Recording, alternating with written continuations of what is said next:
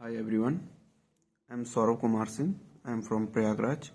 I have done my BTech in Mechanical Engineering from BVD Institute Lucknow, and my MTech is from IIT Guwahati. I have cleared my GATE in 2016, 17, 18, 19 and 20. Later on I have worked in Jindal Steel Nasik. That is all about my academic. Today we are going to discuss the chapter number 1 of fluid properties. Here we are going to discuss some important fluid properties. So first of all we will discuss about the fluid, the basics of the fluid. So first of all the matter वो होता है जिसमें मतलब space और wait दोनों चीज़ें होती है, उसको हम लोग मैटर कहते हैं। और इसको दो पार्ट में क्लासिफाई किया गया है, सॉलिड और फ्लूइड्स यानी लिक्विड और गैस, ये दोनों फ्लूइड्स की कैटेगरी में आते हैं। इन दोनों को बेसिक क्लासिफिकेशन हम लोग करते हैं यहाँ पे। Solid are those particles in which the number of molecules per unit volume is very high and therefore the force of attraction between the molecules is high। तो इसमें जो मूवमेंट होगा सबसे कम होता है और इसी वजह से इनका जो डेफिनेट शेप और डेफिनेट वॉल्यूम होता है। ऑन द अदर हैंड यदि हम लोग लिक्विड की बात करते हैं तो इसमें भी नंबर ऑफ मॉलिक्यूल पर यूनिट वॉल्यूम ज़्यादा होते हैं, but as compare to solid वो कम होते हैं। Force of attraction as compare to solid जो मॉलिक्यूल्स के बीच में होता है वो कम होता है, सो मूवमेंट भी कम होती है। इस वजह से इनका डेफिनेट वॉल्यूम तो होता है बट डेफिनेट शेप नहीं होता है। और वहीं पे हम लोग यदि गैसेस की बात करें तो नंबर ऑफ मॉलिक्यूल्स पर यूनिट वॉल्यूम इसका सबसे कम होता है, जो कि होता है अबाउट 10⁻19 मोल्स होते हैं पर सेंटीमीटर क्यूब स्पेस में।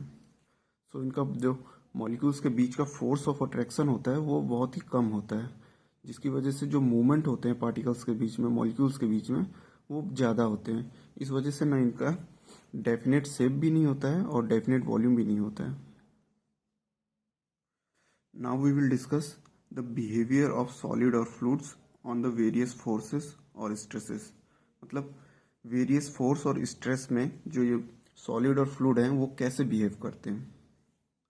तो फर्स्ट ऑफ ऑल यदि हम लोग कॉम्प्रेसिव स्ट्रेस देखें, यदि कॉम्प्रेसिव फोर्स लगता है सॉलिड, लिक्विड और गैसेस में, तो जो सॉलिड होता है वो कॉम्प्रेसिव स्ट्रेस प्रोड्यूस करता है। मतलब कॉम्प्रेसिव फोर्स लगेगा यदि फ्लूइड में तो रेसिस्टेंस होगा वहाँ पे।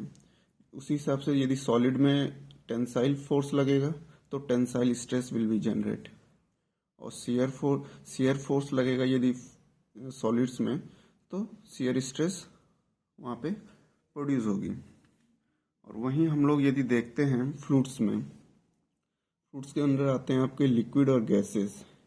यदि टेंसाइल फोर्स लगता है लिक्विड में तो टेंसाइल स्ट्रेस जो होती हैं वो नहीं जनरेट होती हैं, या तो हम कहें कि नेग्लेजिबल होती हैं। जो थोड़ी सी टेंसाइल स्ट्रेस जनरेट होती है वो आपकी सरफेस टेंशन की वजह से होती है, लेकिन बहुत ही नेग्लेजिबल होती है। और वहीं गैस की बात करें तो टेंसाइल स्ट्रेस नहीं जनरेट होती है। और यदि कॉम्प्रेसिव फोर्स यदि फ्लूइड्स में लगता है तो दोनों कॉम्प्रेसिव स्ट्रेसेस प्रोड्यूस करते हैं। मतलब compressive resistance to the compressive forces generate होता है। और द मोस्ट इम्पॉर्टेंट आपका है शियर स्ट्रेस। दो बोथ लिक्विड और गैसेस के केस में जो शियर स्ट्रेस है ये मोस्ट इम्पॉर्टेंट प्रॉपर्टी है जो कि हमारी यूज़ होने वाली है पूरी फ्लूइड मैकेनिक्स में। यदि किसी भी फ्लूइड में शियर फोर्स हम लोग लगाते हैं तो जीरो रेसिस्टेंस, मतलब शियर स्ट्रेस थोड़ा भी प्रोड्यूस नहीं होगा, जीरो रहेगा दोनों में। ये है मोस्ट इम्पॉर्टेंट प्रॉपर्टी है, ये हमारी आगे यूज़ होने वाली है। थोड़ा भी यदि हम लोग थोड़ा भी शियर स्ट्रेस लगाते हैं तो बॉडी जीरो रेसिस्टेंस करेगी, टोटल डिफॉर्म हो जाएगी शियर फोर्स लगाने पे। कंपैरिजन करते हैं हम लोग शियर फोर्स का। बिहेवियर ऑफ सॉलिड्स पहले देखते हैं। Behaviour of solids under the action of shear force. Okay, ये आपकी बॉडी है, ये आपकी एक बॉडी है सॉलिड बॉडी है जो कि सॉलिड है। यहाँ पे हम लोगों ने शियर फोर्स लगाया है, इस डायरेक्शन में शियर फोर्स लगाते हैं हम लोग, तो बॉडी कैसे रेस्पॉन्स करती है। First of all body initially ऐसे थी, इसको रेक्टेंगल शेप में। तो यदि हम लोग एट टाइम t0, जब हम लोग का शियर फोर्स 0 था, तो बॉडी रेक्टेंगुलर शेप में थी। But at time equals to t1 body shear into this shape, body का शेप चेंज हो जाता है। ये आपका पैरेललोग्राम के शेप में आ जाती है, या कहें रोम्बस के शेप में। At t equal to t3 body और डिफॉर्म होती है। ओके, यदि हम लोग सॉलिड है, सॉलिड पे शियर फोर्स लगा रहे हैं, तो बॉडी डिफॉर्म होती है at t equals to 0, t equals to 1, t equals to 3। But after a certain period जो डिफॉर्मेशन होता है वो कंटिन्यूसली होता है, but at a certain period of time deformation रुक जाता है। कंटिन्यूसली डिफॉर्म नहीं होता है, एट अ सर्टेन पीरियड तक डिफॉर्म होगा, उसके बाद बॉडी डिफॉर्म नहीं होगी। बट जब हम लोग फोर्स को यहाँ से रिमूव करते हैं तो बॉडी रिगेन करती है अपने शेप में। मतलब जैसे रेक्टेंगुलर शेप की बॉडी थी वो फिर से अपने रेक्टेंगुलर शेप में आ जाएगी।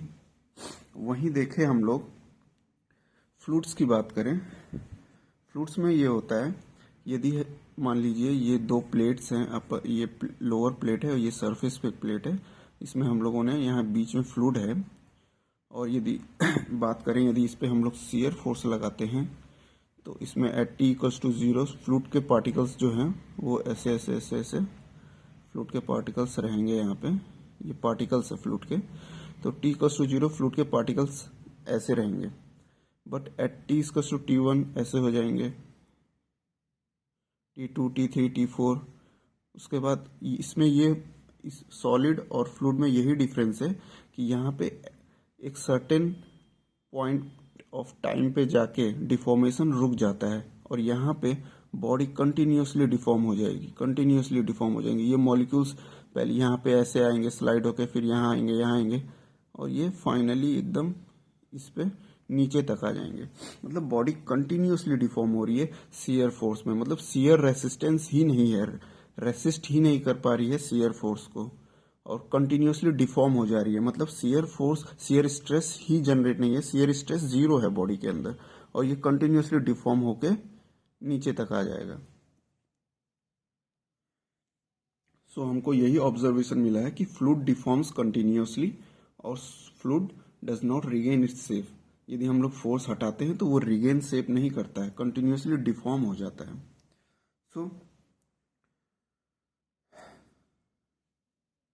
So fluid can be defined as a substance which can deform continuously under the action of shear stress, no matter how small the shear stress may be। मतलब जो फ्लूइड एक ऐसा मैटर है जो continuously deform हो जाता है shear force यदि हम उस पर लगाते हैं।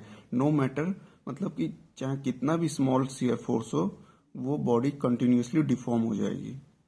ओके, और same here, in other words we can say that fluid can be defined as a substance which cannot sustain the shear stress when it is at rest। मतलब जब तक फ्लूइड रेस्ट में है तब तक उसमें शियर स्ट्रेस नहीं generate होगा यदि हम लोग शियर फोर्स लगा रहे हैं।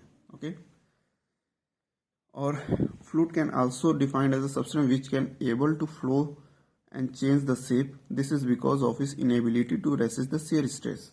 हम लोगों ने सुना है कि फ्लूइड जो होता है वो कंटिन्यूसली अपना शेप चेंज करता है और फ्लो करता है। ये इसी वजह से पॉसिबल है क्योंकि वो शियर स्ट्रेस को रेसिस्ट नहीं कर पाता है, because of inability to resist shear stress. क्योंकि जब फ्लो कर रही है बॉडी यदि फ्लो कर रही है तो उसमें यदि शियर स्ट्रेस थोड़ा भी रहता तो फ्लो पॉसिबल नहीं हो पाता, और उसका जो शेप है वो चेंज नहीं हो पाता। इसका मतलब यदि वो फ्लो और चेंज शेप हो रहा है बॉडी में तो इसका मतलब वो शियर स्ट्रेस उसमें नहीं जनरेट हो रहा है। ओके, हाँ, however the fluids also contain the shear stress when they are in motion। मतलब यदि फ्लूइड मोशन में है तो उसके अंदर थोड़ा बहुत लो मैग्नीट्यूड, बहुत ही हल्का मैग्नीट्यूड का शेयर स्ट्रेस होता है। ये तो हम लोगों ने पढ़ लिया कि यदि बॉडी, ये तो हम लोगों ने पढ़ लिया कि यदि ये रेस्ट में रहेगा तो शेयर स्ट्रेस जीरो होगा, टॉ इक्वल्स टू जीरो। बट जब फ्लूइड मूव कर रहा है आपका, तो उसमें मतलब मूव कर रहा है तो उसमें थोड़ा सा शेयर स्ट्रेस होता है, जो कि होता है mu D you by D Y. मतलब जो ये शेयर स्ट्रेस प्रोड्यूस हो रहा है, ये जब फ्लूइड मूव हो रहा है तो जो शेयर स्ट्रेस प्रोड्यूस हो रहा है वो आपका विस्कोसिटी की वजह से प्रोड्यूस हो जाता है यहाँ पे। तो जो शेयर स्ट्रेस का मैग्नीट्यूड है ये हम लोग न्यूटन्स लॉ ऑफ विस्कोसिटी से निकालते हैं। तो ये विस्कोसिटी की वजह से ही आपका प्रोड्यूस होता है। सो लेट अस मूव, तो हम लोग जानते हैं कि ये विस्कोसिटी क्या होता है। Let us move to this another fluid property that is known as the viscosity. So viscosity, it is defined as the property by which a fluid offer a resistance to the movement of one layer of fluid over the adjacent layer। इसका मतलब है कि ये एक property है by which यहाँ पे जो फ्लूइड मूव कर रहा है लेयर्स में मूव करता है। जैसे ये पहली लेयर है, सेकंड लेयर है, थर्ड लेयर है। तो जैसे ये फ्लूइड इस डायरेक्शन में मूव कर रहा है तो ये जो फोर्स के, ये फ्लूइड के पार्टिकल्स हैं, जो लेयर्स हैं, ये इंटरकनेक्टेड होते हैं आपके कोहेसिव फोर्सेस से। इनके बीच में कोहेसिव फोर्स होता है। कोहेसिव फोर्स मतलब टू सिमिलर पार्टिकल्स के बीच में जो फोर्स होता है वो कोहेसिव होता है, और डिफरेंट पार्टिकल्स के बीच में जो फोर्स होता है वो एडहेसिव फोर्स होता है। तो ये दोनों इंटरलॉक होते हैं, जो लेयर्स होती हैं वो इंटरलॉक होती हैं कोहेसिव फोर्स के थ्रू। सो यदि यदि ये पहली लेयर आगे मूव कर रही है तो सेकेंड लेयर उसको अपोज करेगी, सेकेंड लेयर इसको अपोज करेगी इसको आगे जाने से। उसी हिसाब से जो जो फर्स्ट लेयर है वो सेकंड लेयर को आगे की तरफ बढ़ाने की कोशिश करेगी। जैसे कि सेम एज ए सरफेस पे यदि कोई पार्टिकल स्लाइड करता है तो दोनों के बीच में फ्रिक्शनल रेसिस्टेंस आता है, उसी तरह यहाँ पे फ्लूइड लेयर्स के बीच में one layer to different layer जो फ्रिक्शनल रेसिस्टेंस आता है उसी को हम लोग विस्कोसिटी कहते हैं। जैसे ये वाली जो लेयर है वो फर्स्ट लेयर पे विस्कोसिटी, जो रेसिस्टेंस, जो फर्स्ट सेकंड लेयर है वो फर्स्ट लेयर पे रेसिस्टेंस करेगी और इसको पीछे लाने की कोशिश करेगी। उसी तरह जो फर्स्ट लेयर है वो सेकंड लेयर पे रेसिस्टेंस, वो उसको आगे ले जाने की कोशिश करेगी। यही विस्कोसिटी है। सो viscosity come into existence because of forces of cohesion and molecular momentum exchange between the layer of fluid. As the fluid moves, their effect as a shear stress between the layer of fluid. So viscosity जो generally होती है वो आपके cohesive forces की वजह से आती है, कि जैसे बताया कि फर्स्ट लेयर है, सेकंड लेयर, थर्ड लेयर सब इंटरकनेक्टेड होते हैं कोहेसिव फोर्सेस से। तो जो यदि ये आगे मूव कर रही है तो सेकंड वाली उस पर रेसिस्ट लगाएगी क्योंकि वो कनेक्टेड है उससे। तो इस वजह से कोहेसिव फोर्स की वजह से विस्कोसिटी इंड्यूस होती है। और यदि सेकंड रीजन है आपका molecular momentum exchange between the layer of fluid. ये आपका जैसे कि टर्बुलेंट फ्लो में ये केस आता है। मॉलिक्यूलर मोमेंटम गैसियस में होता है, जैसे गैसियस हमेशा ऑलवेज इन ब्राउनियन मोशंस में मूव करती हैं, तो आप हमेशा किसी भी रैंडम डायरेक्शन में मूव कर रही है तो उसमें जाने के लिए यदि गैस को आगे फ्लो करना है तो मोमेंटम एक्सचेंज होता है, उसकी वजह से बॉडी में रेजिस्टेंस आता है, फ्लो नहीं कर पाती बॉडी, इस वजह से भी आता है। सो जब fluid appears as a shear stress between layer of fluid, so जब फ्लूइड मूव करता है तो उसमें जो शियर स्ट्रेस आता है वो आपका विस्कोसिटी की वजह से ही आता है। जो हम लोग पीछे पढ़े थे कि यदि विस्कोसिटी की वजह से जो शियर स्ट्रेस आ रहा है tau equals to mu D you by D y, ये शियर स्ट्रेस आता है। सो इसका मतलब, कहने का मतलब ये है कि जब बॉडी मूव करेगी, फ्लूइड पार्टिकल मूव करेंगे तो उसमें जो रेसिस्टेंस है वो शियर स्ट्रेस जो प्रोड्यूस होगा वो आपका इसकी वजह से होगा, विस्कोसिटी की वजह से होगा, क्योंकि ये इंटरकनेक्टेड है। और जैसे फ्लो करने में शियर स्ट्रेस का रेजिस्टेंस क्या है कि फ्लो नहीं होने देगा, फ्लो को रेसिस्ट कर रहा है। तो वही है कि आगे की लेयर आपकी, ये आगे की लेयर आपकी मूव कर रही है, सेकेंड लेयर को मूव नहीं करने दे रहा है, मतलब रेसिस्ट कर रहा है फ्लो के लिए। तो यही आपका शियर स्ट्रेस आता है जो कि विस्कोसिटी की वजह से इंड्यूस होता है।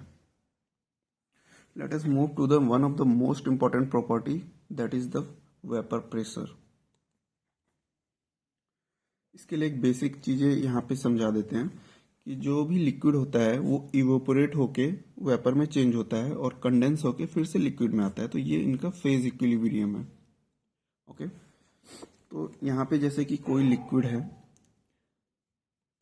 इसके लिक्विड पार्टिकल्स वेपोराइज हो गए और फिर जो वेपर्स हैं वो लिक्विड में आ गए, ये आपका फेज इक्विलिब्रियम है। यहाँ पे है जैसे कि all liquids have tendency to vaporise and this tendency is increases with temperature. मतलब सारे लिक्विड के पास वेपोराइजेशन की टेंडेंसी होती है जो कि टेम्परेचर के साथ इंक्रीज होती है। टेम्परेचर इंक्रीज करते हैं तो बॉडी वेपोराइज करती है, और ये हम लोग अभी जानेंगे कि कैसे वेपोराइज होती है टेम्परेचर से, कैसे वेपोराइजेशन की क्या क्या कंडीशंस होती हैं, ये हम लोग अभी जानेंगे। सो vapour pressure. Vapor pressure is defined as the pressure exerted by the vapor of a liquid which are in phase equilibrium with liquid itself. Vapor pressure is a property of liquid and it increases with temperature. देखिए ये कहना क्या चाह रहा है कि vapor pressure is a pressure exerted by the vapor of liquid which are in phase equilibrium with liquid itself. इसको यहाँ पे समझते हैं। मान लीजिए यहाँ पे लिक्विड पार्टिकल्स है, कोई भी लिक्विड पार्टिकल है,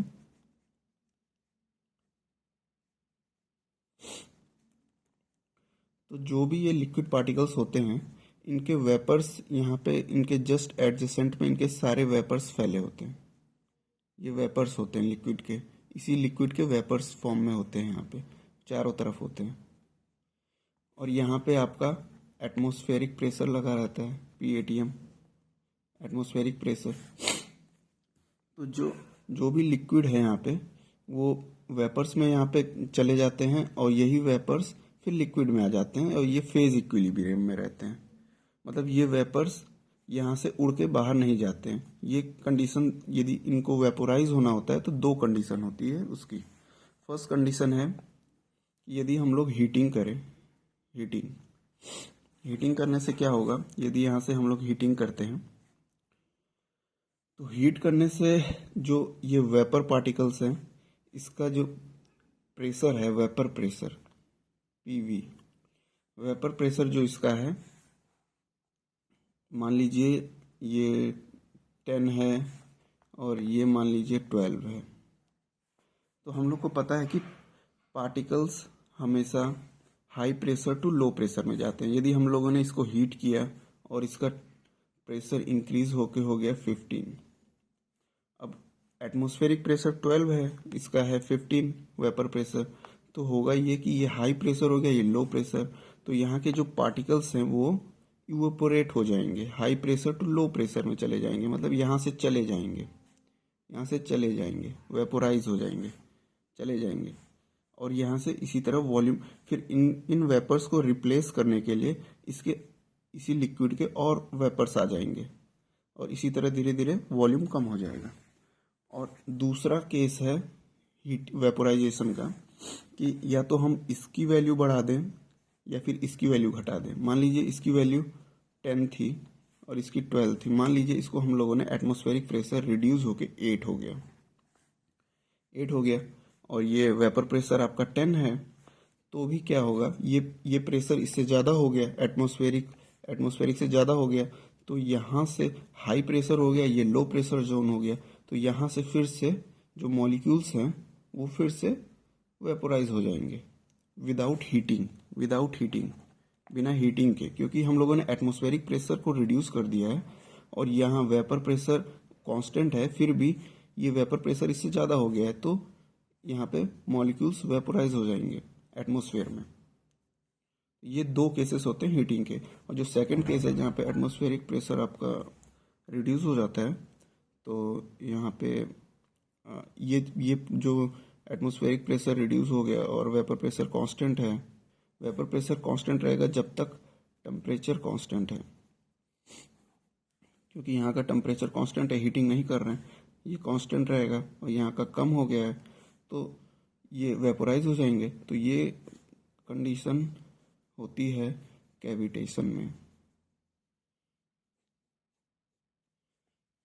जब वेपर प्रेशर तो कांस्टेंट रहता है बट एटमॉस्फेरिक प्रेशर रिड्यूस हो जाता है तो यहाँ पे वेपोराइजेशन स्टार्ट होता है, बबल्स फॉर्म होते हैं और बबल्स ब्रेक होते हैं, प्रेशर पल्स जनरेट होती है, प्रेशर पल्स जनरेट होती है तो इरोजन होता है, इरोजन होता है तो सरफेस खराब हो जाती है। ये हम लोग अभी पढ़ने वाले हैं। कैविटेशन का देखते हैं। जैसे कि ये कोई भी पाइप है जिसमें लिक्विड फ्लो कर रहा है, ये एक पॉइंट है ए, ये एक पॉइंट है बी, कोई भी पॉइंट ले लेते हैं, ये एक पॉइंट ए है, एक पॉइंट बी है। तो लेटर यहाँ पे टेम्परेचर कांस्टेंट है, जो लिक्विड फ्लो कर रहा है उसका टेम्परेचर कांस्टेंट है। हम लोगों ने पढ़ा यदि टेम्परेचर कांस्टेंट रहता है तो वेपर प्रेशर भी कांस्टेंट रहेगा। इट मीन्स यदि वेपर प्रेशर यहाँ पे 50 है तो पॉइंट बी पे भी वेपर प्रेशर 50 होगा। अब आई बात पॉइंट ए की। मान लीजिए पॉइंट ए से आगे जो प्रेशर, ये यहाँ पे भी वेपर प्रेशर तुम्हारा 50 है, ये सी मान लीजिए इस पॉइंट को, और यहाँ पे एटमॉस्फेरिक प्रेशर आपका 52 है। लेकिन ए पे आके अचानक से एटमॉस्फेरिक प्रेशर रिड्यूस हो गया, वो आपका 52 से 45 हो गया। ये किसी भी वजह से हो सकता है। आपका एटमॉस्फेरिक प्रेशर रिड्यूस होने के लिए, जैसे कि ड्यू टू नैरो पैसेज से यदि फ्लो कर रहा है कोई, तो वेलोसिटी इंक्रीज हो जाएगी कंटिन्यूटी इक्वेशन की वजह से। और यदि बर्नौली इक्वेशन लगाएं तो यदि वेलोसिटी इंक्रीज हुई है तो प्रेशर अचानक से रिड्यूस हो जाएगा, या तो उस वजह से, या फिर पाइप बेंड होती है वहाँ पे भी आपका एटमॉस्फेरिक प्रेशर रिड्यूस हो जाएगा। तो यदि यहाँ पे ए पॉइंट पे किसी वजह से यदि एटमॉस्फेरिक प्रेशर रिड्यूस हुआ और वो वेपर प्रेशर से कम हो गया, तो यदि वेपर प्रेशर से कम हो गया एटमॉस्फेरिक प्रेशर, तो यहाँ के जो पार्टिकल्स हैं वो वेपोराइजेशन स्टार्ट हो जाएगा। वेपोराइजेशन के लिए ये बबल्स बनने लगेंगे। वेपोराइजेशन का फर्स्ट स्टेट है कि बबल्स बनने लगते हैं, और बबल्स के अंदर जो लिक्विड स्टोर रहता है, तो ये बबल्स बनने लगे। लेकिन जो ये फ्लूइड फ्लो होते होते बी तक पहुंचा, बी तक अचानक से मान लीजिए जो बेंड था वो स्ट्रेट हो गया, या फिर जो सडन रिडक्शन इन एरिया था वो फिर से कांस्टेंट हो गया। तो वेपर प्रेशर तो उतना ही है, फिर जो बी है, बी पे आपका प्रेशर यदि फिर से उतना ही हो गया जो सी पे था 52, तो ये होगा यहाँ पे, क्योंकि आधा तो वेपोराइज हो चुका है, बबल बन चुका है, लेकिन यहाँ पे कंडीशन फिर से फेवर में आ गई है। तो वो तुम्हारे जो बबल्स हैं वो कम्प्लीटली वेपोराइज नहीं हो पाएंगे, वो बबल्स यहाँ पे फूटने लगेंगे कहीं पे जाके, यहाँ से ऊपर गए और यहाँ पे फूटने लगे, बबल्स गए यहाँ पे स्ट्राइक करेंगे और फूटने लगेंगे। तो उनके फूटने की वजह से ये होता है कि जनरेशन ऑफ प्रेशर पल्स, मतलब प्रेशर पल्स जनरेट होती है वहाँ पे, और जब ये कोलाइड करते हैं किसी भी कैविटीज़ पे, तो इसकी वजह से फॉर्मेशन ऑफ पिट्स होता है, और failure due to the pitting erosion, erosion की वजह से वहाँ पे फेलियर, वो सरफेस में फेलियर, क्रैक्स वगैरह आ जाती हैं। तो ये मेनली हम लोग के रिएक्शन टरबाइंस में होता है।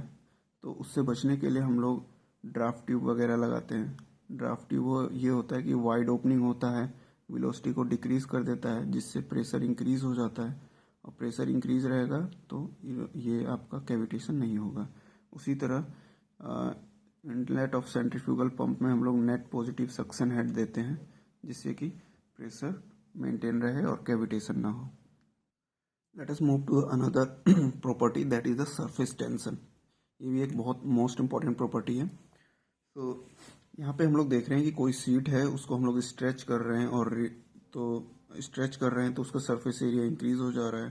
Then after releasing it is coming back to its original position. तो यहाँ पे होता यह है कि कोई भी बॉडी है वो हमेशा अपना इक्विलिब्रियम में रहने की कोशिश करती है। तो यहाँ पे यदि हम लोग इंक्रीज कर देते हैं एरिया, तो वो अनस्टेबल पोजीशन में आ जाती है, अनइक्विलिब्रियम में आ जाती है, क्योंकि ज़्यादा एरिया होगा तो फ्लूइड का ज़्यादा एरिया होगा तो ज़्यादा एटमॉस्फेयर के कांटेक्ट में आएगा, तो ज़्यादा वेपोराइजेशन होगा। इस वजह से बॉडी हमेशा ट्राई टू मिनिमाइज इस area. Okay, so origin of surface tension. ये सरफेस टेंशन कहाँ से इंड्यूस होता है, प्रोड्यूस कैसे होता है, क्या होता है, देखते हैं। ये कोई भी आपका लिक्विड है, लिक्विड सरफेस है, जैसे कि कोई भी तालाब हो गया, कोई भी कुछ भी हो गया, तो यहाँ पे जैसे कि हम लोगों ने दो पार्टिकल्स ले लिए हैं, एक पॉइंट ए पे कोई एक पार्टिकल्स और एक सरफेस पे पार्टिकल। सरफेस पे कोई एक पार्टिकल ले लिया है वाटर पार्टिकल्स जो बी है, और जो सरफेस पे जो पार्टिकल नहीं है, जो कि अंदर कहीं पे भी हो सकता है, यहाँ पे भी हो सकता है, यहाँ पे भी हो सकता है, तो ये ले लिया हम लोगों ने। तो जो पार्टिकल ए है वो आपका सिमेट्रिकल फोर्स, मतलब इस पे सिमेट्रिकल फोर्स लग रहा है। बिकॉज जैसे कि ये कोई पार्टिकल ए है, इस इधर भी पार्टिकल होगा, इधर भी पार्टिकल होगा, इधर भी होगा, इधर भी एक पार्टिकल होगा, चारों तरफ इसके पार्टिकल होंगे। तो इन दोनों के सिमिलर मॉलिक्यूल्स है तो दोनों के बीच में कोहेसिव फोर्स लगेगा। तो ये इस पे कोहेसिव फोर्स जितना लगाएगा उतना ही ये भी बगल से लगाएगा, जितना इधर से लगाएगा उतना इधर से लगाएगा। तो चारों तरफ से जो फोर्स है वो बैलेंस है। तो ये जो मॉलिक्यूल है वो बैलेंस रहेगा हमेशा। वहीं हम लोग यहाँ पे देखें जो बी पे है, तो इस जो सरफेस पे है ऊपर तो कुछ नहीं है वाटर मॉलिक्यूल, ऊपर सिर्फ गैस है और नीचे बस मॉलिक्यूल्स हैं इसके इसके तो ये जो मॉलिक्यूल्स हैं इस पर नेट डाउनवर्ड फोर्स लगा रहे हैं, मतलब स्टेबल में नहीं है बॉडी। ऊपर से फोर्स नहीं लग रहा है लेकिन नीचे फोर्स लग रहा है, कोहेसिव फोर्स बॉडी को नीचे की तरफ लग रहा है। तो इसको हम लोग कह सकते हैं कि असिमेट्रिकल फोर्सेस में है ये, अनबैलेंस कोहेसिव फोर्स इस पे लग रहा है बी पार्टिकल्स पे। तो होता ये है कि इस सरफेस पे जितने भी मॉलिक्यूल्स हैं उन पे नेट डाउनवर्ड फोर्स एक अनबैलेंस कोहेसिव फोर्स लगेगा, जिसकी वजह से जो ये सरफेस है वो जाहिर सी बात है इतनी थोड़ी सी नीचे की तरफ ये डाउनवर्ड फोर्स आएगा, जिससे ये सरफेस ऐसे थोड़ी सी नीचे की टाइप की ऐसे हो जाएगी, जिससे कि यदि ये नीचे होगी तो ये surface will behave like a stretch member. जैसे कि ये स्ट्रेच हो रही है, और स्ट्रेच होने की वजह से जो सरफेस है सरफेस पे टेंशन इंड्यूस हो जाएगा। Tension means body will such like a tensile, जो भी है स्ट्रेच टेंसाइल हो जाएगा। सो फिर से देखते हैं ये एक्चुअली यदि इस पर नेट डाउनवर्ड फोर्स लगता है तो ये नेट डाउनवर्ड फोर्स लगेगा तो ये मेनिस्कस फॉर्म्ड हो जाता है इस तरह का, और जिसकी वजह से जो सरफेस है वो स्ट्रेच टाइप की बिहेव हो जाती है, जिससे टेंशन इंड्यूस हो जाता है सरफेस पे, जो कि इसी को हम लोग सरफेस टेंशन बोलते हैं। And this surface tension force, ये आपके कोहेसिव फोर्स की वजह से ही सरफेस टेंशन प्रोड्यूस होता है, जो कि sigma equals to F upon L होता है आपका। This force is the cohesive force acting on the periphery और द लेंथ, ये पूरी लेंथ पे जो लग रहा है, ठीक है। और दिस जो ये सरफेस टेंशन होता है वो सरफेस के पैरेलल ही लगता है। सरफेस के पैरेलल, मान लीजिए मेनिस्कस ऐसा है फॉर्म्ड हो रहा है तो ये इसके पैरेलल लगेगा, इसके पैरेलल लगेगा। कैसी भी सरफेस है, यदि ये सरफेस ऐसे है तो इसके पैरेलल लगेगा, इसके पैरेलल। और इसमें देख सकते हैं जैसे कि जो हॉट वाटर होता है, हॉट वाटर में सरफेस टेंशन की वैल्यू कम होती है as compare to the cold water, because hot water के जो मॉलिक्यूल्स होते हैं वो कंटिन्यूसली रैंडम मोशन में होते हैं, जिसकी वजह से जो उनके बीच पार्टिकल्स के बीच का, हॉट वाटर के पार्टिकल्स के बीच का जो कोहेसिव फोर्स होता है वो उतना स्ट्रांग नहीं होता, क्योंकि बिकॉज ऑफ रैंडम मोशन। तो उसका जो कोहेसिव फोर्स स्ट्रांग नहीं होगा तो वही फोर्स जब कम होगा तो सरफेस टेंशन कम हो जाता है। और जैसे देखते हैं कि जो इसका ये भी एक एप्लीकेशन है कि जो लिक्विड ड्रॉप होता है वो स्पेरिकल ही क्यों होता है, क्योंकि जैसे कि कोई स्पेरिकल लिक्विड ड्रॉपलेट है, उसमें ये लिक्विड पार्टिकल्स हैं, ये लिक्विड पार्टिकल्स जो कि आपस में कोहेसिव फोर्स से अपने बाइंड हो चुके हैं, और ये नेट डाउनवर्ड फोर्स लगा रहे हैं। जो सरफेस पे है ये सब सरफेस पे हैं आपके, ये नीचे नेट डाउनवर्ड फोर्स लगाएंगे। और ये सरफेस टेंशन में ये होता है कि body will try to minimize its surface area, और मिनिमाइज करेंगे सरफेस एरिया तो for constant volume sphere has a minimum surface area A equals to minimum. इस वजह से स्पेरिकल शेप में जो लिक्विड ड्रॉपलेट्स होते हैं। Let us move to one of the another fluid property, that is the capillarity. Actually, this is a phenomena of rise and fall of a liquid surface related to the adjacent level of a fluid. This means जैसे कि हम लोग कोई भी water surface है इसमें liquid particles है, कोई भी कंटेनर है, टैंक है, इसमें लिक्विड पार्टिकल्स है और इसमें हम लोग कोई भी ट्यूब डालते हैं, तो इसका लेवल यदि इंक्रीज हो जाए with respect to this level, या फिर इस लेवल से थोड़ा डाउन हो जाए, यहाँ तक हो जाए या फिर यहाँ तक हो जाए, तो जो ये राइस और फॉल है इसी के फिनोमिना को कहते हैं कैपिलैरिटी। सो जो कैपिलैरिटी होता है बेसिकली, जो कैपिलरी राइस होता है वो प्रोसेस तब होती है जब adhesive force is more than cohesive force. मतलब जब एडहेसिव फोर्स ज़्यादा होगा तो जाहिर सी बात है कि वो जो लिक्विड पार्टिकल्स है ट्यूब के पार्टिकल्स के साथ बॉन्डिंग करेगा और वो फ्लूइड राइज होने लगेगा बिकॉज ऑफ वेटिंग प्रॉपर्टी। और सिमिलरली जब फॉल तब होगा जब कोहेसिव फोर्सेस ज़्यादा होंगे as compare to adhesive forces, क्योंकि नॉन वेटिंग सरफेस है तो जाहिर सी बात है उस पर कॉन्टेक्ट कम होगा तो वो उस पर राइस की वजह फॉल होने लगेगा। जैसे कि यदि हम लोग किसी ग्लास वाटर के किसी भी सरफेस में ग्लास को डालते हैं तो कैपिलरी राइस होगा। मरकरी में यदि ग्लास डालते हैं तो कैपिलरी फॉल होता है। और सिमिलरली जैसे कॉपर ट्यूब वगैरह हम लोग यदि मरकरी में डालते हैं तो राइस होता है। So that's all. Thanks for watching.